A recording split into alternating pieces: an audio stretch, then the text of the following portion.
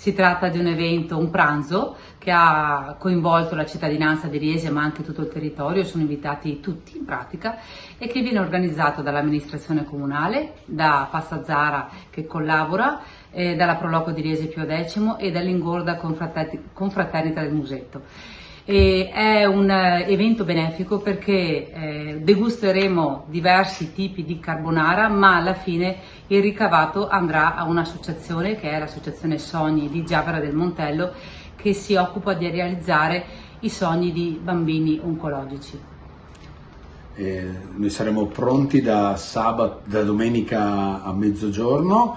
Il menù prevede, oltre a un tramezzino alla carbonara, che è qualcosa di speciale, 3 diversi tipi di carbonara preparati da 2 cuochi romani dell'associazione dei cuochi della provincia di Treviso. Poi c'era tutta l'animazione, c'era una band, Anita's Swing Band, e quindi sarà la possibilità di divertirsi e, come diceva giustamente il sindaco, di far mangiare bene e far del bene. Per cui, se avete intenzione, rimangono ancora pochi posti, vi invito ad iscrivervi. Fino a venerdì sarà possibile iscriversi.